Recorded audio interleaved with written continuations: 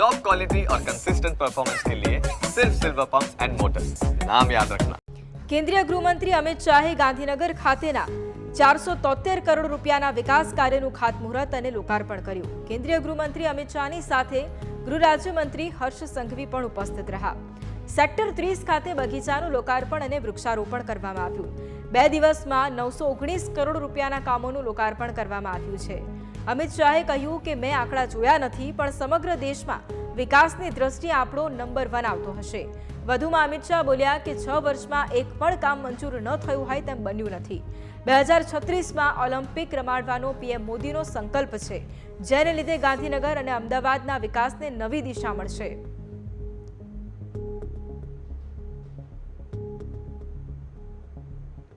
ગાંધીનગર ક્ષેત્રનો વિકાસ એક પ્રકારથી જ્યારે અડવાણીજી અહીંયા હતા, નરેન્દ્રભાઈ મુખ્યમંત્રી હતા, ત્યારથી જ શરૂ થયું।